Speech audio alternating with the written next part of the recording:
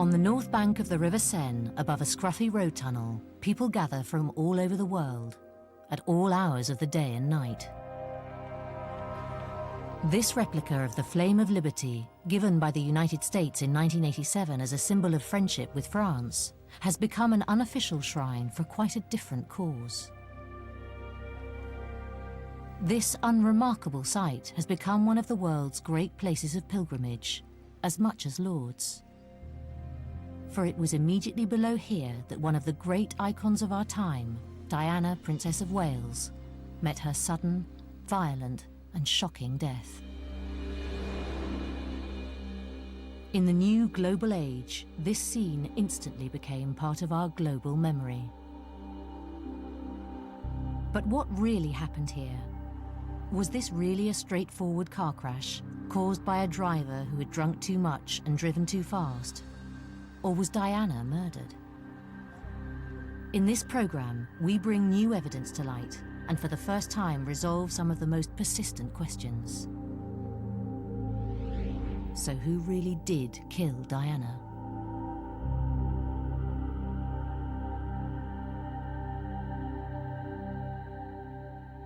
I thought it was a hoax at first. There are many things that people say that she was killed and it was a murder, so I want to know. I just think that someone either tampered with the car or absolutely pumped into her deliberately on the road. Murder, it's a murder. I believe it. We'll never know. I think the royal family may have thought that she was an embarrassment to them. I have a conspiracy theory that she was murdered.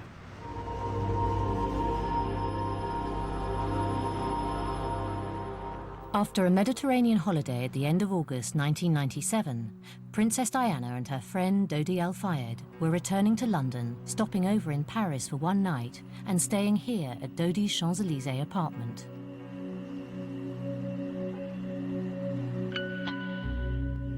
From the moment of their arrival, the couple were dodging the paparazzi and in the evening aborted a visit to a fashionable restaurant to seek refuge for the night at Paris's Ritz Hotel, owned by Dodi's father, Mohammed Al-Fayed.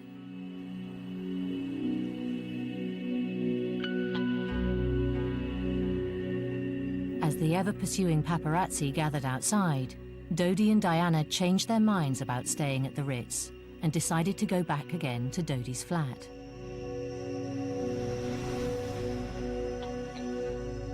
They planned to try and slip out unobtrusively from the hotel's rear exit. In a further attempt to throw the press off the scent, they thought they wouldn't go directly to Dodi's Champs-Élysées apartment, but take a diversion along the river, doubling back further on. At midnight 20 on the morning of the 31st of August, according to the counter on the Ritz's security camera, the couple left the hotel on their final, fatal journey.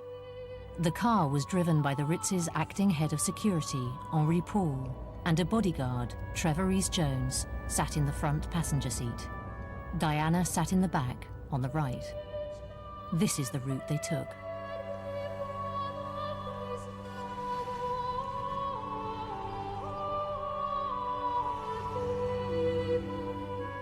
The ruse to throw the paparazzi off the scent didn't work. Dodi and Diana were spotted leaving the Ritz, and several paparazzi set off in hot pursuit along this road. We know a good deal about this journey, because not only were the paparazzi following close behind, the car was seen en route by several eyewitnesses.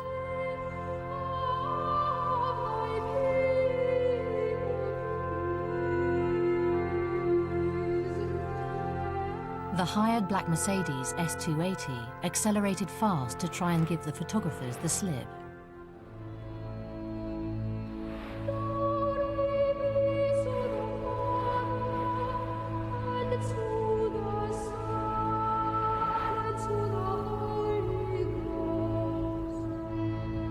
About 3 to 4 minutes after leaving the Ritz, just after 00:23:15, the black Mercedes approached this underpass below the Place de l'Alma and crashed.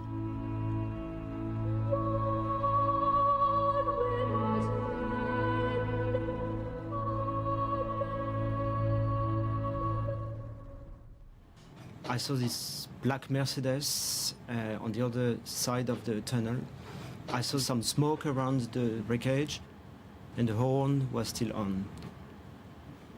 Inside, there were 4 people. 2 on the left side were apparently already dead, and the 2 other people were still alive. They were breathing, they were screaming. So the first thing I had to do was to call the emergency services. After that, I went to my trunk to pick up the only equipment I had because I was off duty. It's a respiratory bag. This pretty woman was sitting on the floor between the 2 rows of seats. She was unconscious. She was just moaning and moving her hands and her arms in every direction. That means that she was a little bit in pain, but she couldn't talk words. I had to sit on the back seat to have access to her face, and I helped her to breathe, and I did some maneuvers to lift up her face and applied the respiratory bag. And after that, she began to react a little bit more. Dr. Maillet's call to the emergency services was made at 0026, about 2.5 minutes after the crash. 6 minutes later, at 0032, the first of 3 ambulances arrived. Dr. Maillet left soon after, apparently still unaware of the identity of the woman in the car.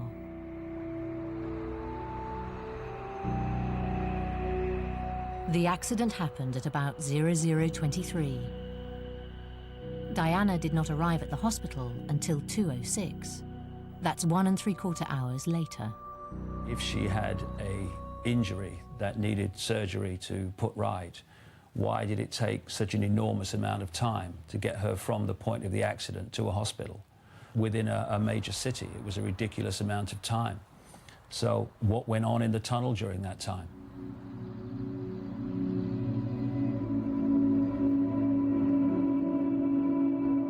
When the car hit the pillar,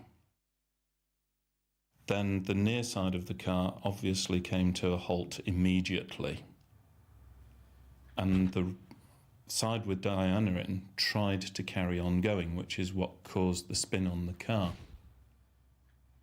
It was the way that her heart then travelled across her chest, moving across towards the right, that tore the left pulmonary vein. It was a matter of inches as to whether the car would glance off or actually be spun. If it hadn't have actually hit the pillar at the angle that it did, it would probably have carried on down the tunnel, having a chance to come to a halt, and there probably wouldn't have been a fatal accident at all. If she had been sitting actually with her seatbelt on, then the impact would have been taken up by the seatbelt, but her heart wouldn't have been thrown a great distance. It would have come to a halt against the breastbone. She might have ended up with cardiac contusions, but it wouldn't have torn her pulmonary vein.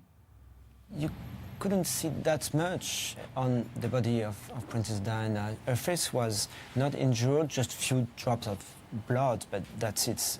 And few drops on her dress and her leg, but that's it. Extricating her from the car posed a difficult challenge for the emergency crew, which had now arrived and taken over from Dr. Maillet. She's got a critically injured person behind her to her left.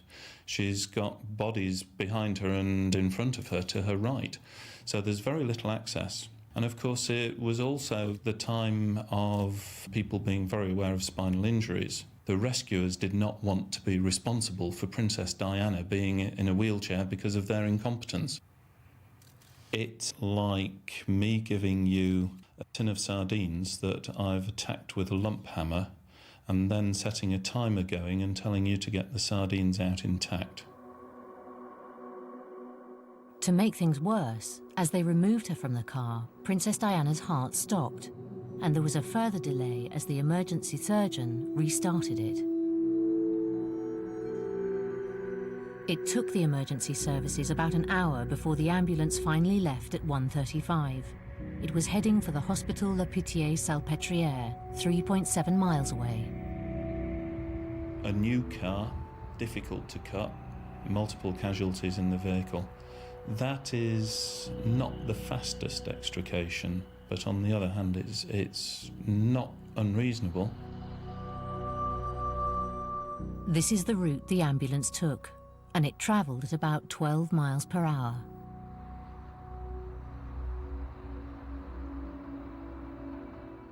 At about 1:55 on the Pont d'Austerlitz, within sight of the hospital, the ambulance had to stop again. This picture, taken by a paparazzi, shows a police officer accompanying the ambulance talking to the hospital on a mobile phone, and a surgeon in the ambulance trying to restart Princess Diana's heart, which had stopped for a second time. Finally, at 2:06, the ambulance arrived at Pitié-Salpêtrière. Le boulevard se couvre de... The boulevard was covered with blue arc lights, from the beginning of the road right up to here. The only person who was allowed in was the prefect of police.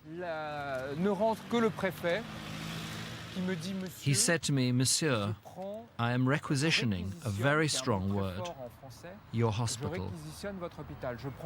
I am taking control of it, I am taking possession of it." The ambulances arrive here. It gives access to the operating theatre 1 floor below, and this is where they treated the Princess of Wales. Like Dr. Calland, Monsieur Marès also thinks the time taken by the ambulance was quite understandable. We were dealing with injuries requiring treatment of the very highest precision. If a vein or an artery were to break, it would be the end. She was so close to death. If the ambulance had driven fast, it would have risked precipitating her death. And there's something else. The SAMU in France is so sophisticated. It's not just a fast ambulance. It's a sort of mobile operating theatre on 4 wheels. It means that immediate frontline treatment can be administered to the patient inside it.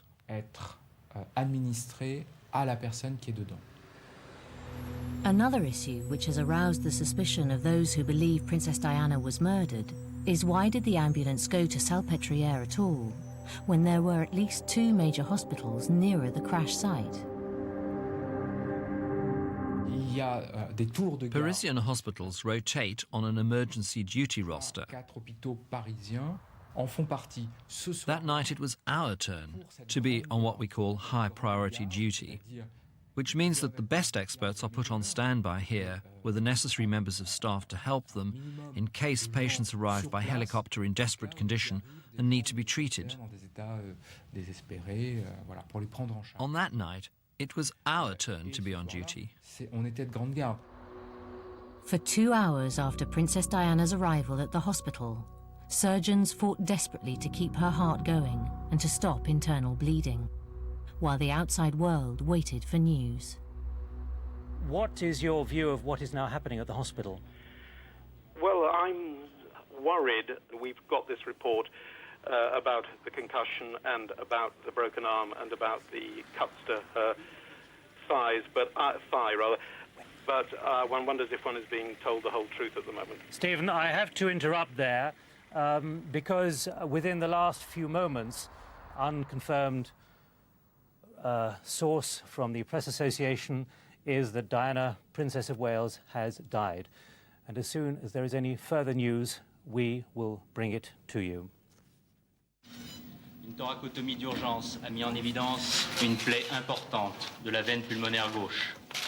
Malgré la fermeture de cette plaie et un massage cardiaque externe puis interne de 2 heures, aucune efficacité circulatoire n'a pu être rétablie et le décès a été constaté à 4 heures du matin.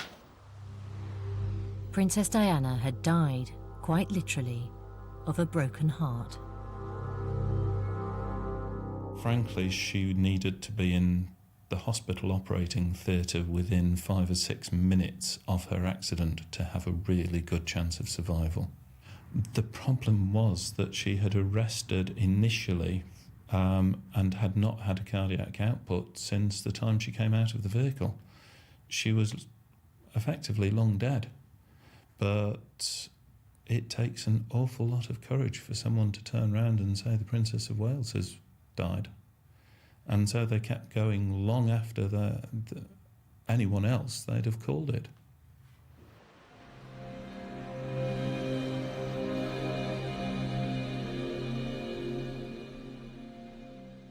Well, she was called a loose cannon. A loose cannon? She was a loose cannon, wasn't she? I think she was probably murdered, yes. I don't think it was an accident. A murder made to look like an accident. Landmines banned, I think that upset quite a lot of people. They didn't want stepsons to be Muslims. Think about the white Mini, and it was never found. She was embalmed. The Flash. British intelligence were involved in it. There's so many contradictory things. You can't just accept it as a plain, straightforward accident.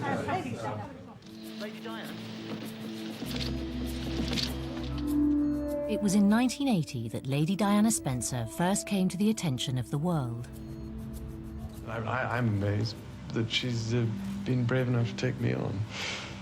And I suppose in love. Of course. Diana's fairy tale marriage was truly the stuff of legend.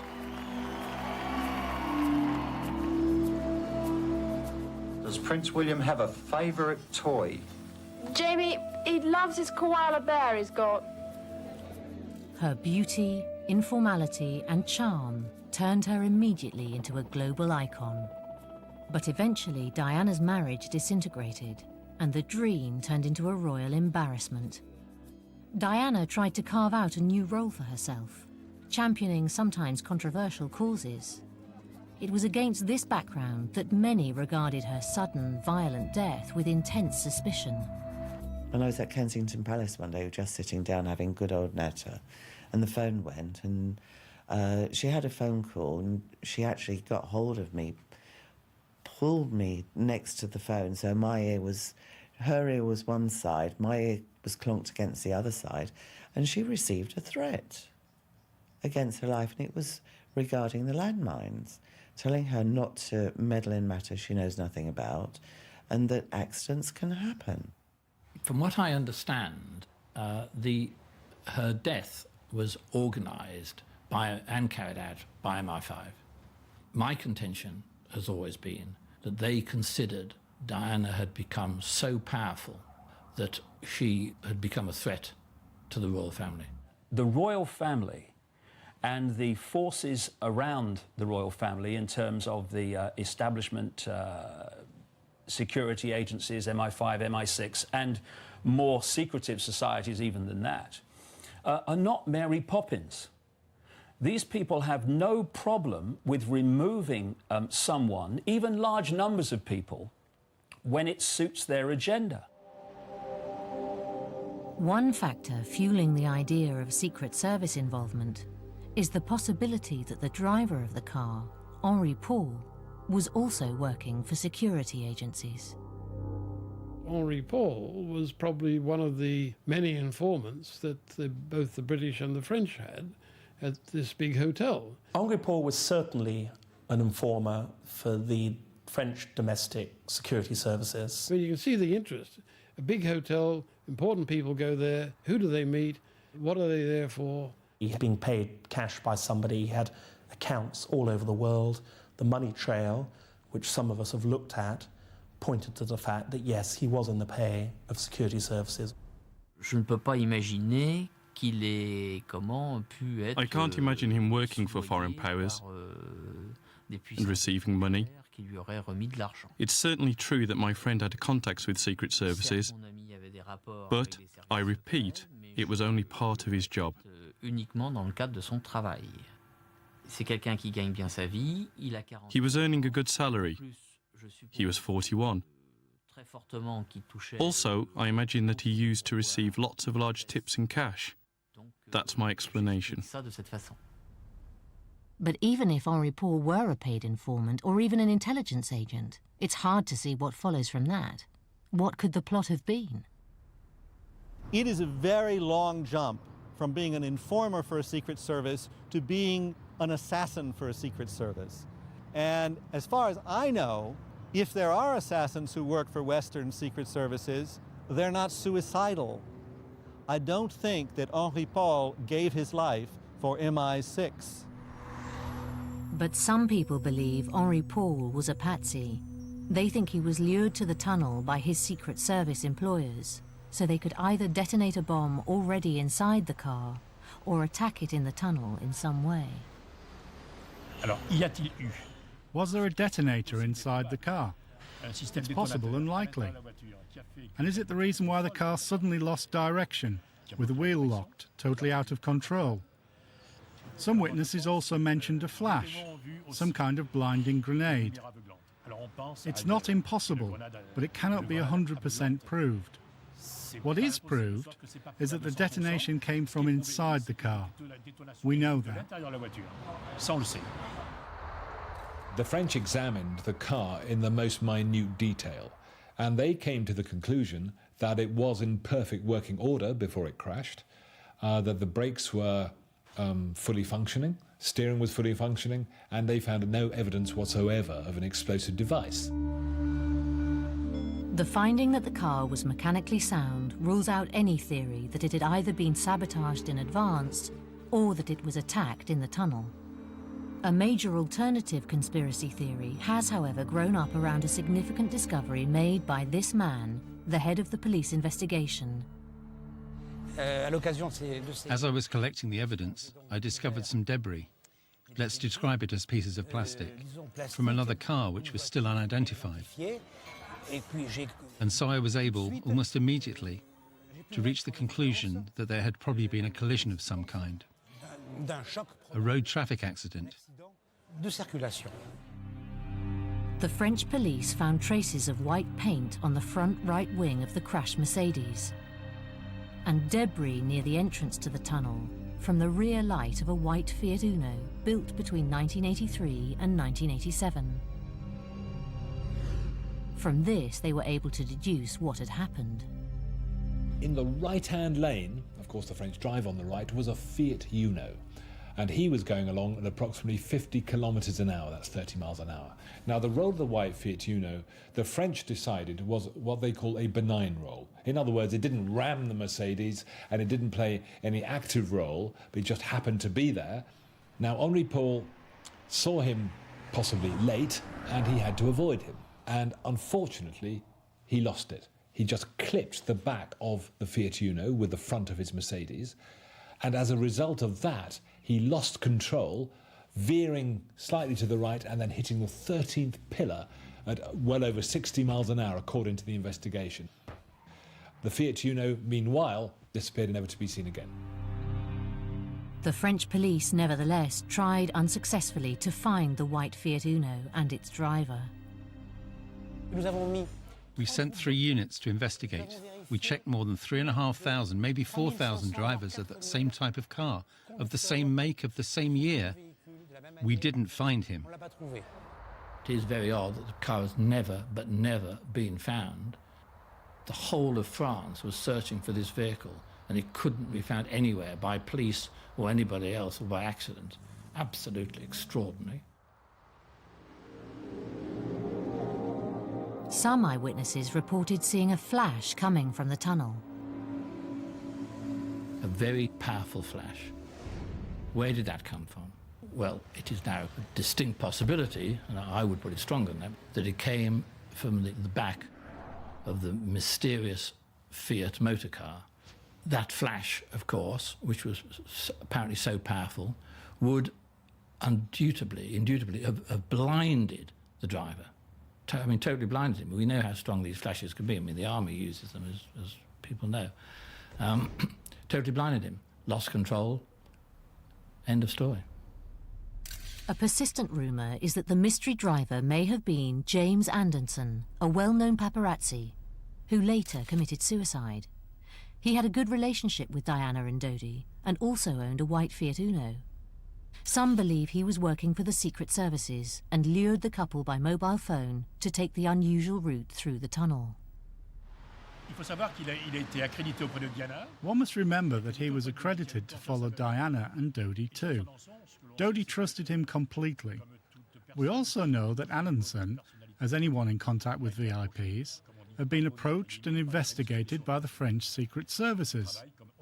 He worked for them as an informer, in the way Henri Paul, the driver of the Mercedes, did. We believe it's highly probable that it was him who called Diana, because at the beginning the plan was not to go under the Pont de l'Alma tunnel, but to take the Champs-Élysées. So if someone close to them managed to convince them by phone to change the itinerary, there was only one person close enough. It was James Anundsen.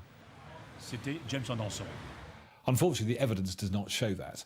The French police interviewed him shortly after the crash and excluded him from their inquiries on the grounds that, A, he had receipts to show that he was buying petrol elsewhere in France at the time, that he had a plane ticket for the next day to go to Corsica. As significantly was the fact that his white Fiat Uno had been on bricks and had no wheels in a field outside his house, 160 miles away from Paris. The criminal brigade went to the place where his car was kept. It had been there for months on blocks. They checked everything. That it had no wheels, the fact that it had not been used. We ruled him out, and I questioned him personally to confirm that he had not seen anything. Suspicion about Anundsen intensified when, in May 2000, he was found burnt to death in his car, not the Fiat Uno, having apparently committed suicide. Now, I interviewed the judge who did the inquest into his suicide, and she said, well, I'd love to have found something suspicious, but I didn't. What I found was that he committed suicide because of the problems in his personal life, which are quite well documented and certainly was documented to the inquest, and she found no evidence whatsoever that either he or his Fiat were in Paris on the night that Diana died. In short, there really doesn't seem to be any hard evidence to link Anundsen to the white Fiat Uno in the tunnel. We believe that the French police did actually find the Fiat Uno driver. But having satisfied themselves of his complete innocence, we think they felt it best to protect his anonymity so he wasn't hounded by conspiracy theorists for the rest of his life.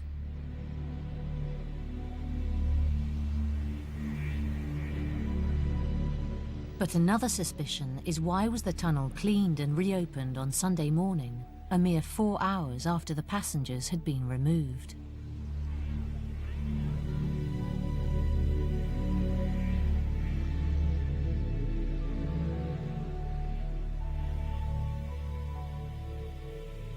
When you have a normal accident, they don't chlorinate the roads afterwards. And they don't get rid of the wreck immediately either. Certainly not in Paris, where they cordon off sections of the road where there's been an accident. In the morning, after collecting all the evidence, I allowed the tunnel to be reopened because there was no point in keeping the Alma tunnel closed as some kind of shrine. We could have kept it closed for 10 years. All the evidence had been collected. Everything that had to be recorded had been recorded. Therefore, I myself authorised the reopening of the tunnel, and the traffic went back to normal.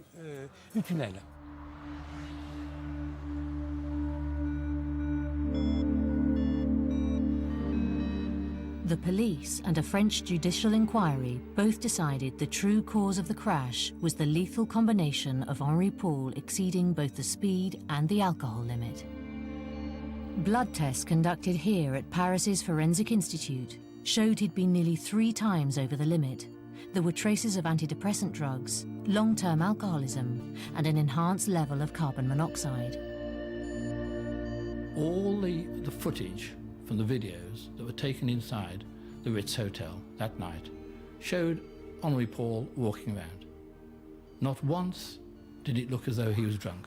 There was no suggestion from any witnesses at all that he'd had a drink, and he was there for 2 hours at least before they took off. Just unbelievable.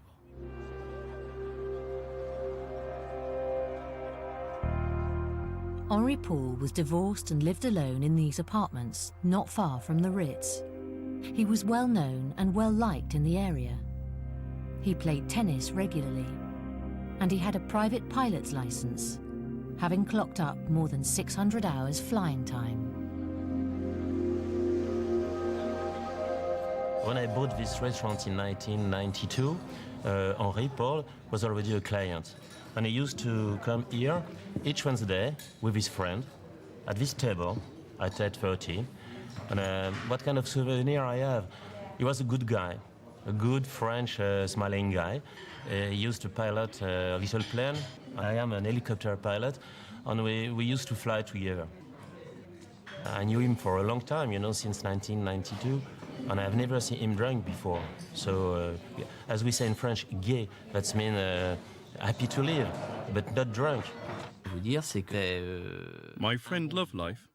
As far as I'm concerned, I never saw him drunk, out of his mind, or staggering around drunk. I've got a medical certificate proving that he was in good health and qualified to pilot planes.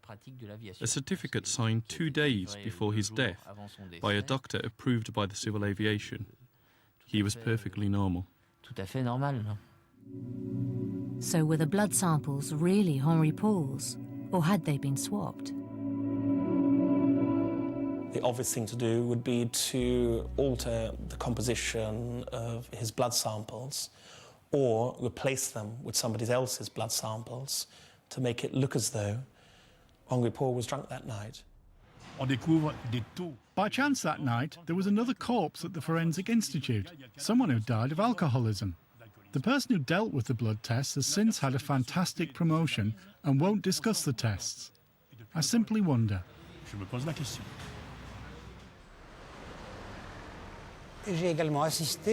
I was also present during the autopsy of Henri Paul. The procedure of the Forensic Institute, when samples are taken, they are, in front of me, automatically given a reference, numbered and sealed by us, and all under my name. They are my complete responsibility. Therefore, anyone who dares to think for a single instant that a substitution was possible, it's pure fabrication. I must underline this. So there you have it. Because there were possible criminal charges against the paparazzi, an examining magistrate was appointed here at the Palais de Justice on the Tuesday immediately after the crash. Judge Stefan, who was leading the investigation, was appointed on the Tuesday, and he did a very shrewd thing. On the Thursday, the 4th of September, he went back to the morgue and he supervised a second set of samples being extracted. And he did that in the presence of some police officers and some members of the judiciary. And he had it photographed. And the significant thing about those samples is they showed exactly the same results as the first set of samples.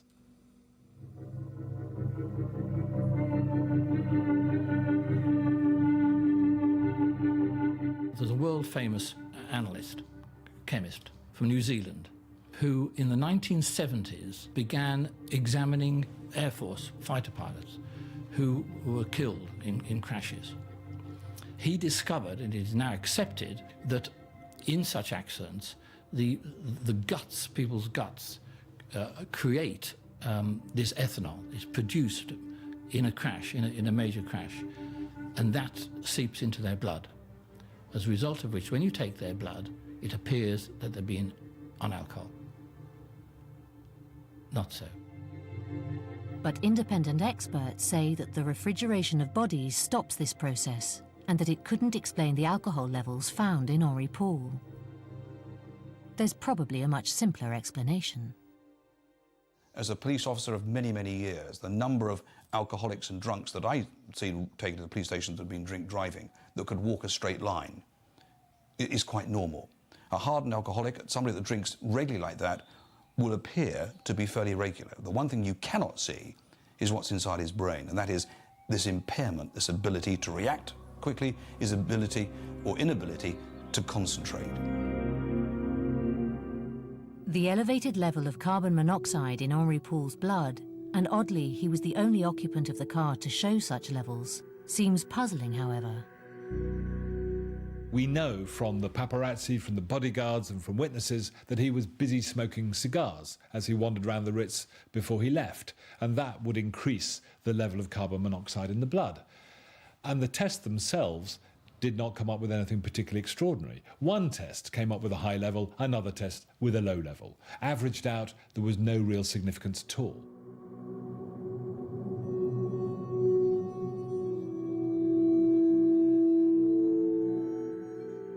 Many people who believe Diana was murdered say it was because she was pregnant with Dodi El Fayed's child, and the royal family couldn't countenance a Muslim child so close to them. They also allege that Diana's body was embalmed in France to hide the evidence.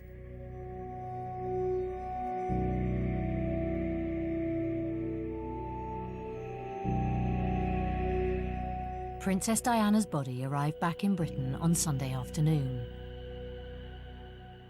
For the first time ever, we can now reveal exactly whether or not she had been embalmed in France and explain why this issue has become so confused. After her body left the airport, it was taken directly to a mortuary in West London. About the embalming, I want to make it quite clear about the difference between a full embalming and a partial embalming. A full embalming involves the perfusion of all the arteries of the body, and the embalming fluid reaches all the organs and tissues of the body. This fluid destroys all evidence of any kind of bacteria or germs or viruses that may have been in the body. In the case of the Princess of Wales, this full embalming did not take place. What we saw when we first saw the body was that the neck had been packed with cotton wool soaked in embalming fluid, presumably to embalm the head, where normally the fluid would have been injected into the arterial system and would have embalmed the head via that route. It would have been gone through all the arteries in the body. The upper chest had been embalmed by cotton wool soaked in formalin, which is the formaldehyde fluid, put into the cavity. Again, this is quite different from a full embalming. It seems this was done as a temporary cosmetic measure. None of these attempts at this partial embalming had anything to do with the legs or the lower half of the body. Now, the uterus would not have been affected, in my view, by any of the embalming procedures I've just described. But was she pregnant? At the time of her Mediterranean holiday, Diana was still apparently head over heels in love with a man she'd been seeing for 2 years, Pakistani heart surgeon Hasnat Khan. She was phoning Hasnat every day from the boat, and she was phoning his family. She was responsible for the photographers being there. She phoned the photographer and said where the boat was, and then complained the pictures were too grainy. And it was the whole thing was set up with her and Dodi was set up to make Hasnat Khan jealous. Hasnat Khan was the man she wanted to marry. Dodi and Diana apparently had separate cabins on board, and the bodyguards thought they were more like brother and sister than lovers.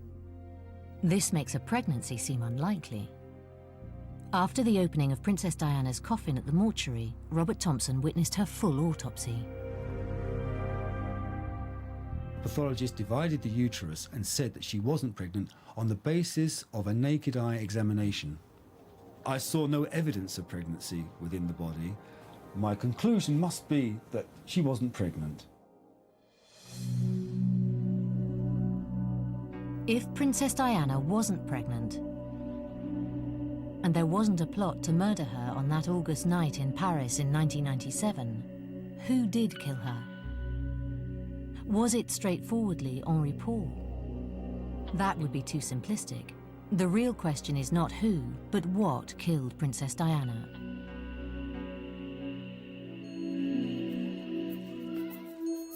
Four years before her death, as her marriage broke down and the pressures became overwhelming, Princess Diana decided to withdraw from public life.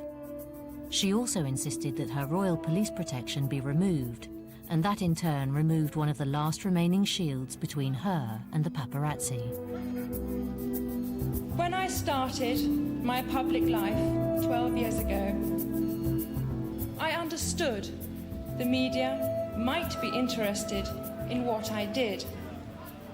I realized then their attention would inevitably focus on both our private and public lives. But I was not aware of how overwhelming that attention would become, nor the extent to which it would affect both my public duties and my personal life in a manner that's been hard to bear.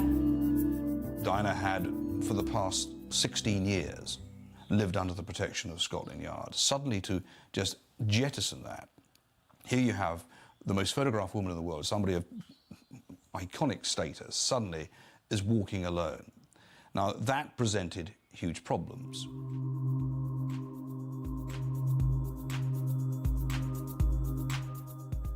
It was on the night of her death that the full implications of no royal protection were finally felt.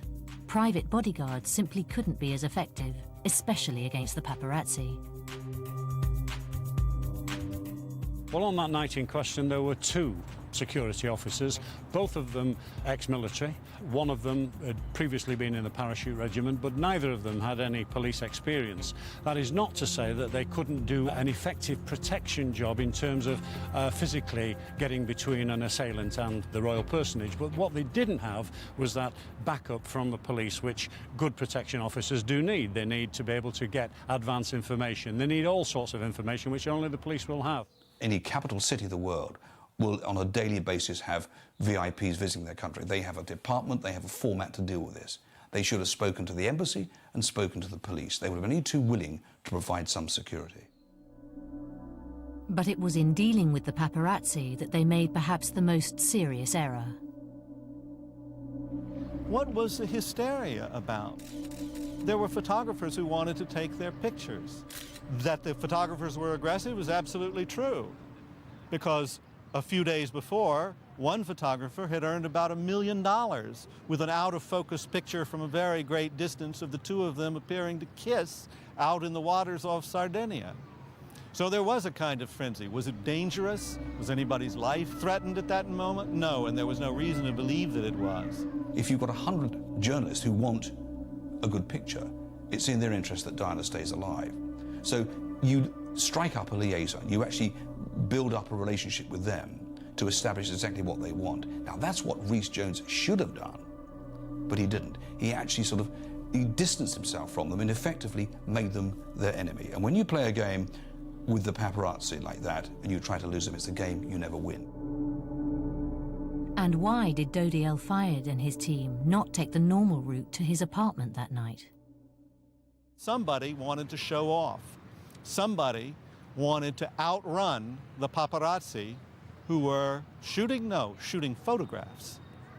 And so they went down on the Cours la Reine, they put the pedal to the metal, Henri Paul did, drunk or sober, and they crashed in the tunnel. John Stalker is the former Deputy Chief Constable of Greater Manchester and one of Britain's most respected policemen. He carried out a series of controlled speed tests in the Alma Tunnel for an inquiry in 1997 and 98, and has repeated them again today for us on camera. Mr. Stalker drove through the tunnel at a variety of speeds, increasing them each time by 10 miles per hour. He drove in daylight, but also in nighttime conditions, virtually identical to those in the hour past midnight on the 31st of August, 1997.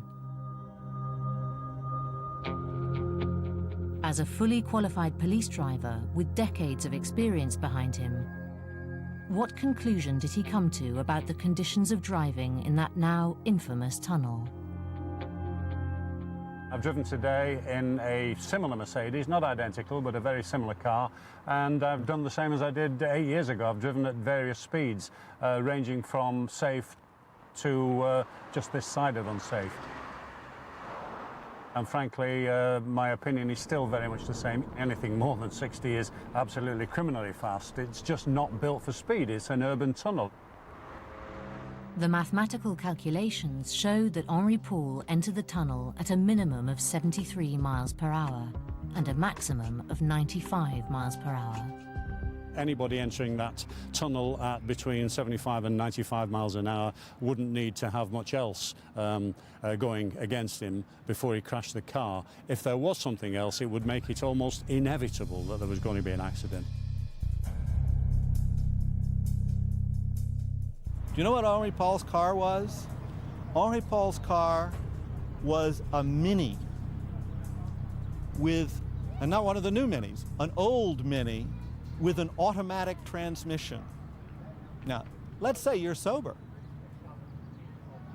If you're used to driving that kind of car and it's been a real long day and now you're in this high tension situation and you want to show that you're in control of things, as certainly Henri Paul wanted to show and probably Dodi wanted to show, then you get in the car and you're Henri Paul and it's a huge Mercedes with anti-lock brakes, with a stick shift, and you go barreling down the Cours la Reine. What are your reflexes going to tell you? You've only been driving the car for about 4 or 5 minutes at that point. Are you going to really have the feel of it?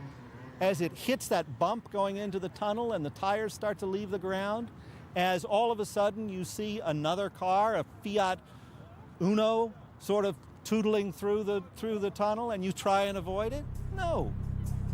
No. In January 2004, the royal coroner, Michael Burgess, opened an inquest into Princess Diana's death.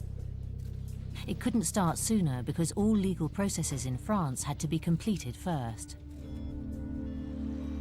The French inquiries were solely concerned with whether the paparazzi had behaved criminally. But at the opening of the British inquest, the coroner asked Scotland Yard to investigate the wider question of whether there had been a murder conspiracy. The former Metropolitan Commissioner, Lord Stevens, is currently heading a team looking into this. There are a lot of conspiracy theories that relate to the death of the 3 people down in this tragic death of the 3 people in this tunnel. It is my job to report to the coroner every single aspect that has been investigated in terms of conspiracy theories to actually ensure that there is a thorough investigation of every single aspect of that. Mr. Burgess has since resigned as coroner, and Lord Stevens will now report to his successor.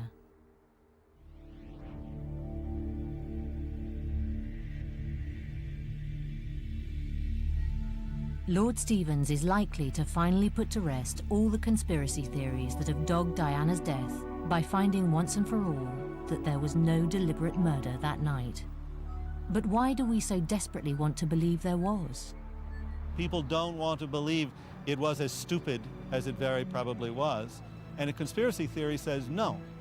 Either it was a racist conspiracy by the royals because they didn't want Diana marrying or hanging out, much having the children of an Arab, or it was MI6, it was some other dark conspiracy. Ah, yes, Charles wanted to marry Camilla, and the only way he could think of to handle the situation was to create or to sponsor an incredibly involved plot where you have to take Mohammed Fayed's own driver, put him at the wheel, and have him crash into a pillar in the tunnel under the Place de l'Alma. Does that make any sense? It does if you don't want the story to die.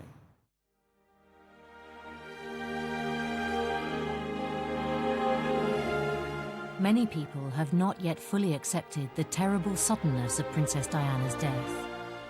They still want an explanation that makes sense. They still want her to be part of their lives.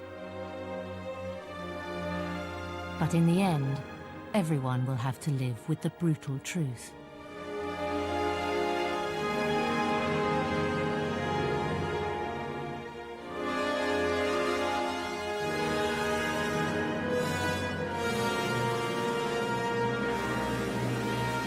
Diana's death was not conspiracy. It was simply tragedy.